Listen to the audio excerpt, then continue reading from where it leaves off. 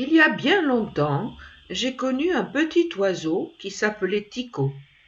Il se perchait sur mon épaule et me parlait des fleurs, des fougères et des grands arbres. Un jour, Tycho me raconta son histoire. Je ne sais pas pourquoi, mais je suis né sans ailes. Je chantais comme les autres oiseaux, je sautillais comme eux, mais je ne savais pas voler. Heureusement, j'avais des amis qui m'aimaient.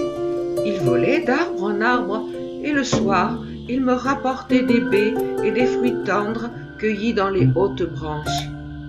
Souvent, je me demandais, pourquoi ne puis-je pas voler comme les autres oiseaux? Pourquoi ne puis-je pas, moi aussi, planer dans le grand ciel bleu au-dessus des arbres et des villages? Et je rêvais que j'avais des ailes d'or, assez puissantes pour m'emporter très loin, au-delà des montagnes enneigées. Une nuit d'été, je fus réveillée par un bruit. Un étrange oiseau, pâle comme la nacre, se tenait derrière moi. « Je suis l'oiseau génie, dit-il. Fais un vœu, et il se réalisera. » Je repensai alors à mon rêve. De toutes mes forces, je fis le vœu d'avoir des ailes d'or. Soudain, il y eut un éclair de lumière, et sur mon dos des ailes apparurent, des ailes d'or, scintillant dans le clair de lune. L'oiseau génie avait disparu. Prudemment, je déployai mes ailes, puis je m'envolai. Je montais, plus haut que le plus grand des arbres.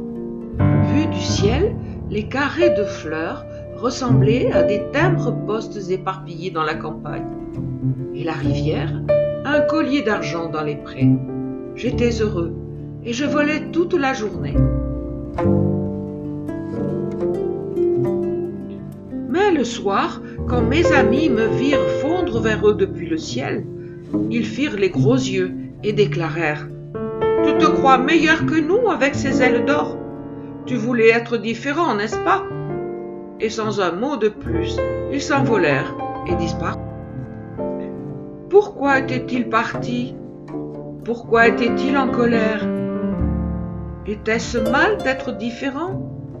Je pouvais voler aussi haut qu'un aigle, j'avais les ailes les plus belles du monde, mais mes amis m'avaient abandonné et je me sentais très seule. Un jour, je vis un homme assis devant une hutte. C'était un vannier entouré de ses paniers. Il avait les larmes aux yeux. Je me posai sur une branche et lui demandai « Pourquoi es-tu triste ?»« Ô petit oiseau, mon fils est malade et je suis pauvre. Je ne peux pas acheter les médicaments pour le soigner. »« Que puis-je faire pour aider cet homme ?» me demandai-je. Et soudain je sus. Je vais lui donner une de mes plumes d'or. « Comment te remercier ?» s'exclama joyeusement le pauvre vannier. « Tu as sauvé mon enfant. Mais, oh, regarde, ton aile !» À la place de la plume d'or, il y avait maintenant une plume noire, douce comme la soie.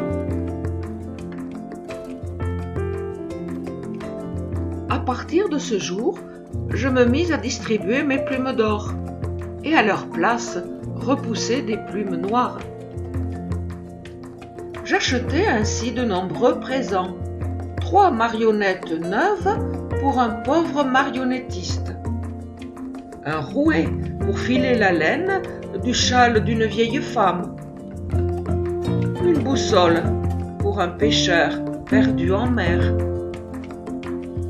Et quand j'eus donné mes dernières plumes d'or à une belle fiancée, mes ailes étaient noires comme de l'encre de chien.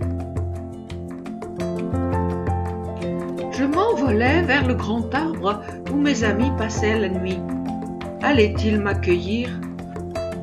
Ils gazouillèrent de joie. « Tu es exactement comme nous à présent, dirent-ils. » Nous nous blottîmes les uns contre les autres. J'étais si content, si heureux, que je ne parvenais pas à dormir. Je repensais au fils du vannier, à la vieille femme, au marionnettiste et à tous ceux que j'avais aidés avec mes plumes. Maintenant, mes ailes sont noires, me dis-je. Pourtant, je ne suis pas comme mes amis. Nous sommes tous différents, chacun avec ses propres souvenirs et son jardin secret rempli de rêves d'or.